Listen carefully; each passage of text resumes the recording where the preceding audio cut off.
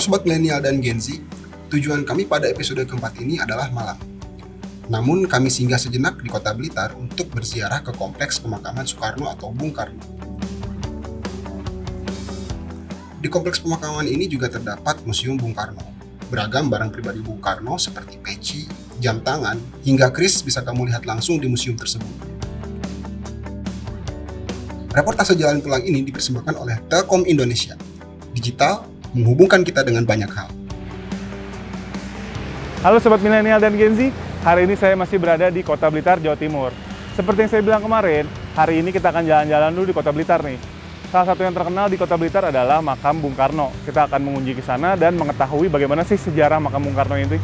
Untuk tahu keseruannya, tonton terus episode ini ya. Yuk, tapi masih hujan sih.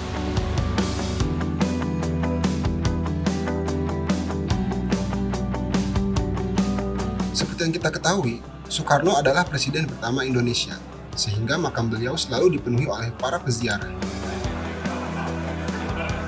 Selain makam Bung Karno, di samping kiri dan kanannya ada juga makam kedua orang tua Bung Karno. Untuk lebih tahu bagaimana sejarah makam tersebut, kami berbincang dengan salah satu juru kunci makam Bung Karno.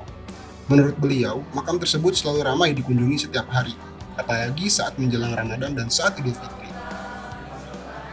Pak, boleh ceritain sedikit nggak Pak sejarah soal makam Bung Karno ini Pak di Blitar?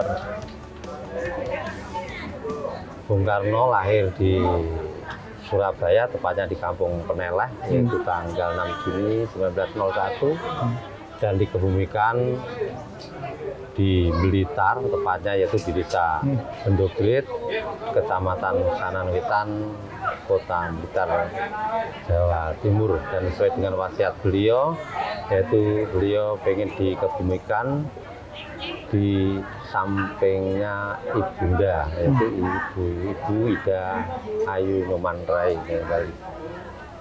Itu tahun berapa tuh Pak di makam Bung Karno ini dibentuk tuh tahun berapa Pak? Beliau wafat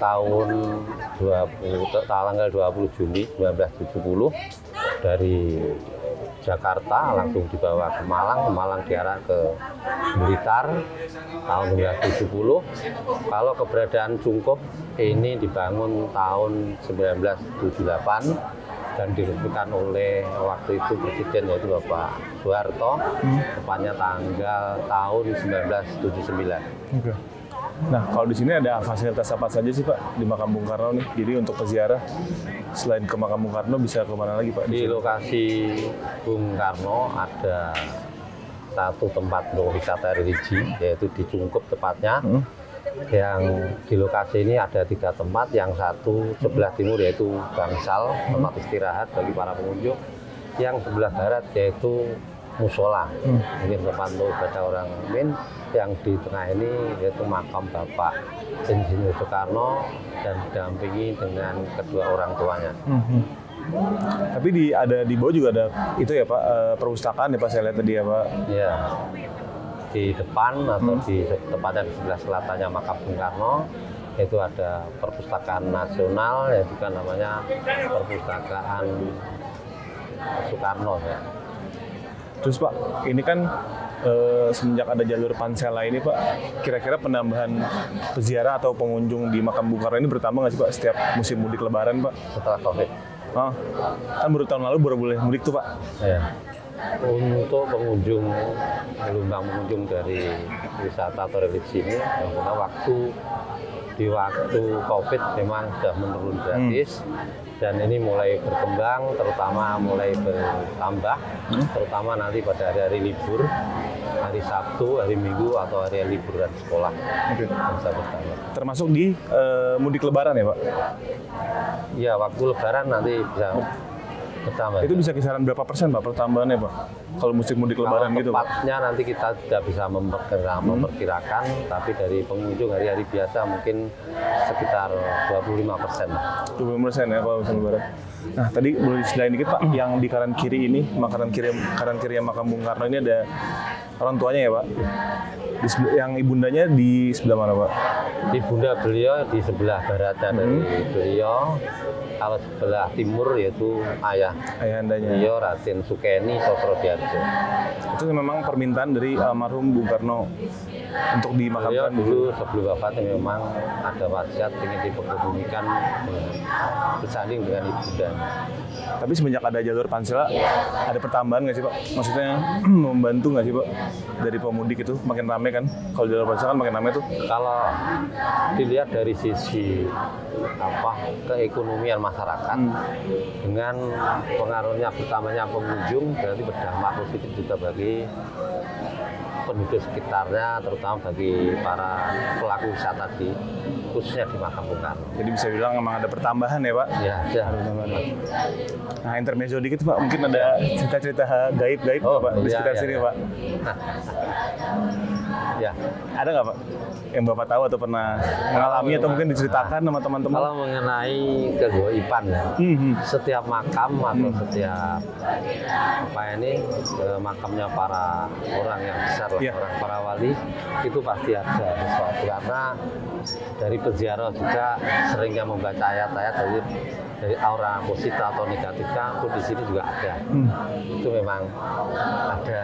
Suatu ketika pernah itu aja pengunjung dari Jakarta. Mungkin beliau juga anak indigo. Jadi waktu akan keluar dari pintu keluar itu udah dari sananya itu pernah tahu harimau. Jadi yang terkenal di sini kan juga batu harimau keluar. Nah, itu salah satu. Saya merinding Pak dengar. Berarti masih ada juga ya Pak cerita-cerita itu nggak bisa dipungkir ya Pak? Iya itu pasti ada karena dari aura-aura yang dibaca dari sisi positif dan negatifnya gampang. Setelah kami berbincang dengan juru kunci makam Bung Karno, kami mengunjungi museum yang berada di dekat komplek makam Bung Karno. Di museum ini, pengunjung dapat belajar mengenai sejarah-sejarah perjalanan Bung Karno hingga sejarah bangsa Indonesia. Banyak sekali koleksi foto-foto Bung Karno, mulai aktivitas hingga peristiwa bersejarah.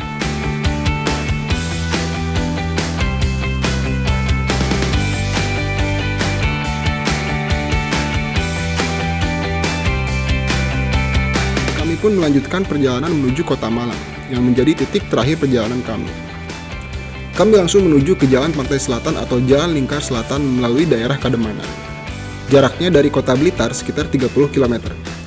Tidak terlalu jauh sebenarnya, namun kondisi jalan tidak bagus, terutama di Jalan Raya Trisula. Sehingga jarak 30 km kami tempuh dengan waktu sekitar 90 menit. Hari hampir malam ketika kami akhirnya tiba di Jalan Lingkar Selatan. Jalan tersebut begitu mulus, hitam, dan lebar. Ruas Jalan Lingkar Selatan juga diapit dua tebing yang membuatnya seolah membelah perbukitan.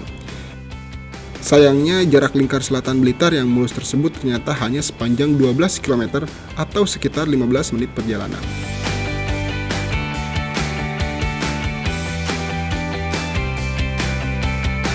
Halo Sobat Milenial dan Gen Z, akhirnya kita tiba juga nih di Kota Malang, Jawa Timur. Kita berangkat dari Blitar sampai Malang ini memakan waktu cukup lama ya, karena kita lewat jalur Pansela. Jalur Pansela kita memakan waktu 3-4 jam, dan itu jalanannya memang masih banyak yang rusak dan banyak yang berlubang ya. Tapi kalau kalian mau kesini lewat jalur utama, hanya memakan waktu 2 jam aja.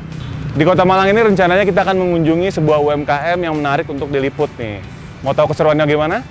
Tonton episode berikutnya ya. Bye-bye. Reportase Jalan Pulang ini dipersembahkan oleh Telkom Indonesia. Digital menghubungkan kita dengan banyak hal.